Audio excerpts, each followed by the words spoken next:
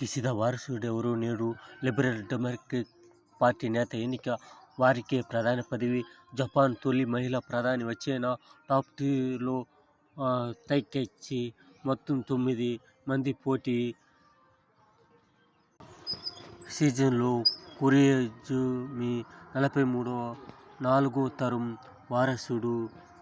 తకేచి Sania 63వ సంప్రదాయవాది. షిగెరు Ishiba 67, ఆపత్కాలంలో అనుభవజ్ఞుడు. ఈ విధంగా జపాన్లో కూడా